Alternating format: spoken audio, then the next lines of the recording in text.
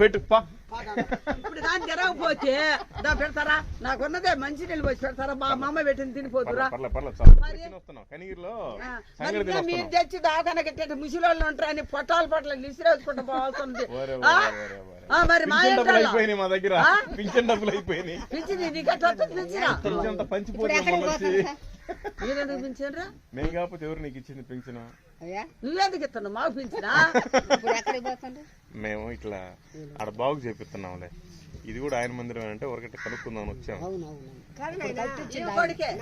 నా కొడుకే ఎవరు?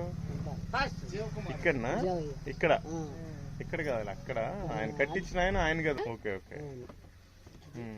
అయితే ఇప్పుడు అంతా మేము పెట్టి అంతా చేస్తా ఉన్నాం.